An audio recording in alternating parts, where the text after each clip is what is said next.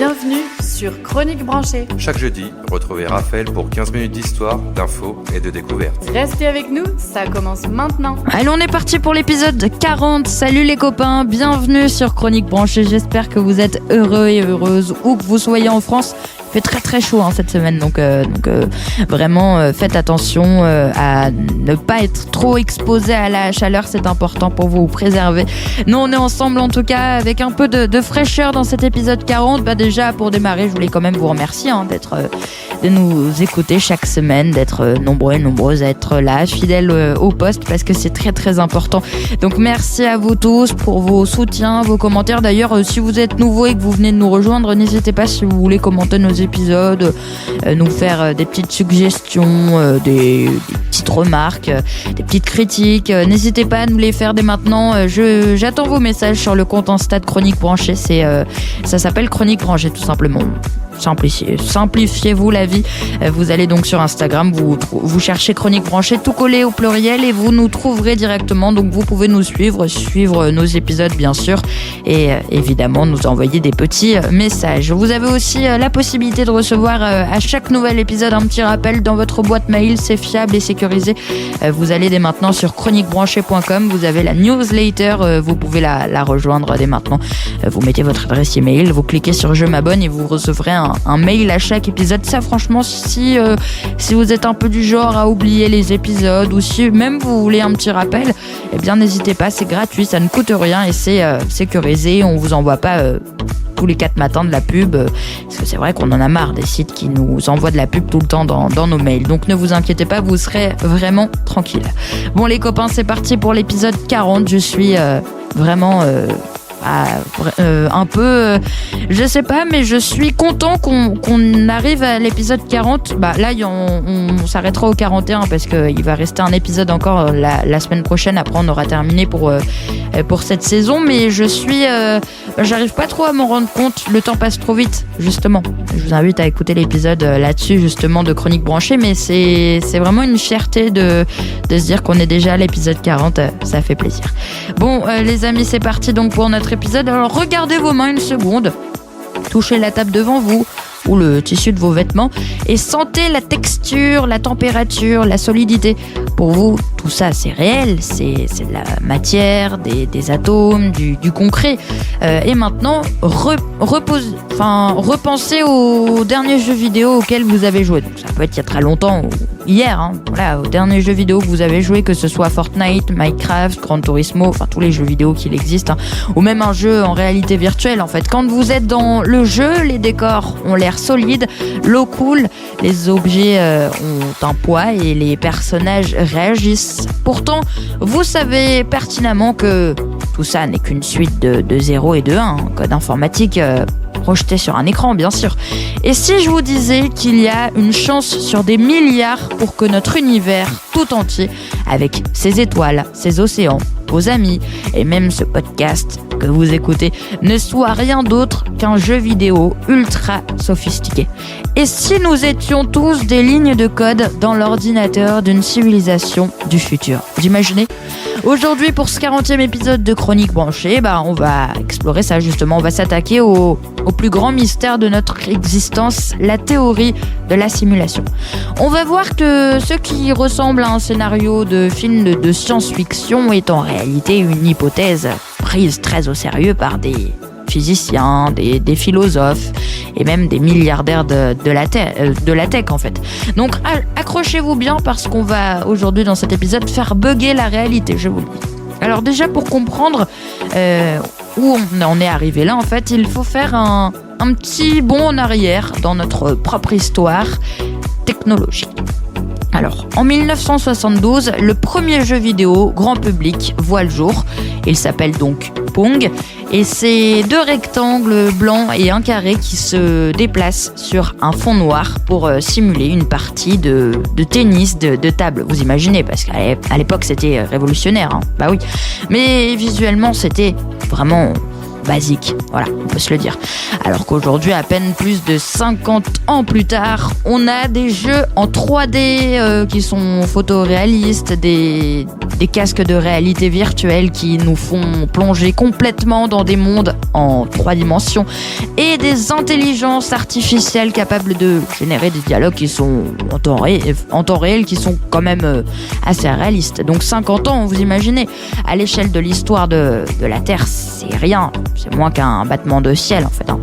Maintenant, imaginez notre technologie dans 1000 ans, ou dans 10 000 ans, ou même dans 1 million d'années. Bien évidemment, si l'humanité ne s'auto-détruit pas d'ici là. Il est évident que nos ordinateurs seront capables de simuler des mondes entiers avec des milliards d'êtres vivants dotés de conscience. En fait, ces êtres virtuels n'auraient aucun moyen de savoir qui ils sont dans une simulation. Pour eux, leur monde sera... en fait, il serait tout aussi réel que le nôtre le paraît pour nous. Bah oui, c'est l'argument du philosophe Nick Bostrom qui a popularisé cette idée en 2003. Il explique qu'on n'a que 3 possibilités. Soit toutes les civilisations s'éteignent avant d'atteindre ce niveau technologique, soit elles l'atteignent mais décident que c'est immoral ou inutile de créer des simulations, soit nous vivons déjà dans une simulation. Et statistiquement, s'il existe des millions de simulations différentes créées par des civilisations du futur et une seule vraie réalité d'origine, nous avons beaucoup plus de chances d'être dans l'une des simulations que dans la réalité de départ en fait. C'est mathématique. Mais le plus fou, c'est que quand on regarde notre propre univers d'un point de vue purement scientifique, on commence à trouver des détails qui ressemblent étrangement à des optimisations de code informatique. Et oui. Alors si vous étiez un développeur de jeux vidéo et que vous deviez créer un monde immense, vous feriez face à un gros problème. La mémoire de votre ordi n'est pas infinie, non. Pour économiser de la puissance, vous n'afficherez pas tous les détails de la carte en permanence, non, vous n'afficherez que ce que le joueur est en train de regarder. Voilà, c'est pas bête ça. Dans les jargons du jeu vidéo, on appelle ça le frustum calling. Eh bien, en physique, il existe un phénomène très mystérieux, l'influence de l'observateur. Certaines particules se comportent comme des ondes, donc elles sont partout à la fois. Et floues aussi, tant qu'on ne les regarde pas. Et oui. Mais dès qu'un scientifique essaye de les mesurer, de les observer, elles se figent instantanément en un point précis. Et c'est comme si l'univers n'affichait la réalité que lorsque nous la regardons, pour économiser justement la puissance de calcul de sa machine. Quand on a le dos tourné, le décor redevient du code probabiliste. C'est vertigineux, non, vous trouvez pas ? Autre indice aussi, la vitesse de la lumière. Pourquoi la lumière est-elle bloquée à environ 300 000 km par seconde ? Pourquoi est-il physiquement impossible d'aller plus vite dans le vide ? Les physiciens n'ont pas de réponse définitive à cette limite absolue parce que c'est compliqué quand même, mais si on y réfléchit sous l'angle de la simulation, la vitesse de la lumière est tout simplement la vitesse maximale du processeur de notre univers. C'est la limite de rafraîchissement en fait de la carte. Je sais pas si vous avez compris. Si on allait plus vite, l'ordinateur central n'aurait pas le temps de charger le décor devant nous. Et oui. Et enfin, si vous zoomez au maximum sur votre écran de téléphone, vous finissez par voir donc les pixels. L'image n'est pas continue en fait. Non, elle est faite de petits carrés de couleurs. Et en physique, ça c'est pareil. En fait, on a découvert que l'espace et le temps ne sont pas du tout continus. Il existe une taille minimale en dessous de laquelle on ne peut rien couper. En fait, la longueur de Planck, c'est le plus petit morceau d'espace possible. Notre univers a des pixels, et oui. Et donc parfois on a l'impression de voir des erreurs dans le système, et c'est ce qu'on appelle justement familièrement les glitches de la matrice, et oui. Et on en a parlé dans nos précédents épisodes d'ailleurs, ce sentiment de déjà vu persistance, enfin cette impression d'avoir oublié pourquoi on change de pièce en passant une porte, l'effet de porte, ou même ces coïncidences tellement absurdes qu'on se demande si le scénariste de notre vie n'a pas eu la flemme d'écrire une suite originale en fait. Qui n'a jamais vu dans la rue deux personnes exactement habillées de la même façon, mais vraiment marchant au même rythme, comme si l'ordinateur de l'univers avait copié-collé le même personnage non joueur, un PNJ, pour remplir le décor sans trop forcer sur la mémoire RAM en fait. Qui n'a jamais vu ça? Évidemment, ce sont des explications psychologiques que nous avons explorées ensemble, mais avouez que l'analogie est troublante quand même. Pourquoi notre monde s'explique-t-il aussi bien par les mathématiciens? Par les mathématiques en fait. Par exemple, Galilée, je vous donne un exemple, Galilée disait que le livre de la nature était écrit en langage mathématique, un langage fait d'équations, de constantes, de règles strictes en fait. Et aujourd'hui, on sait que le meilleur moyen de faire fonctionner un univers mathématique, eh bien, c'est tout simplement de le coder. Et oui. Alors là, vous vous dites peut-être, d'accord Raphaël, c'est super ton histoire, mais si on est dans un ordinateur géant, ça veut dire que rien n'a d'importance, que mes sentiments, mes devoirs de maths, ma feuille, tout ça c'est du vent. Eh bien, c'est là que la philosophie intervient en fait, et c'est la partie la plus importante et intéressante surtout, même si nous étions dans une simulation, ça n'a absolument rien à voir avec notre vie en fait. Donc si vous pincez votre bras, vous avez mal. Si vous mangez un carré de chocolat, vous ressentez du plaisir. Si vous riez avec vos amis, vous êtes heureux ou heureuse. La conscience de nos émotions, elle est réelle.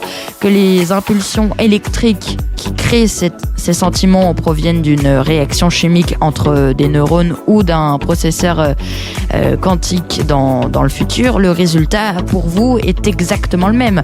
Vous existez, vous ressentez, vous aimez. Et oui.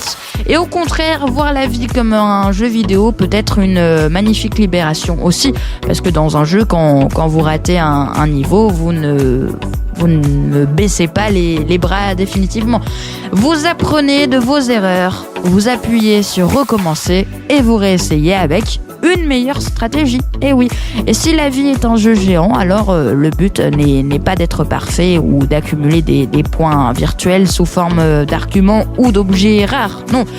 Coucou l'effet de rareté de l'épisode 35 de Chronique Branchée. Non, le but c'est tout simplement de jouer, d'explorer la carte au maximum, de tester des quêtes secondaires, d'aider les autres joueurs à avancer et surtout de profiter au graphisme incroyable de notre ciel étoilé en fait. Et oui. Bon, pour ce 40e épisode, j'avais envie de vous emmener très très loin, au-delà des limites de nos certitudes habituelles. La théorie de la simulation, elle est fascinante parce qu'elle nous montre à quel point notre réalité est mystérieuse et fragile. Et oui, qu'on vive dans le monde réel ou sur le disque dur d'un adolescent du futur qui joue à The Sims version Terre, notre aventure humaine, elle reste une expérience incroyable.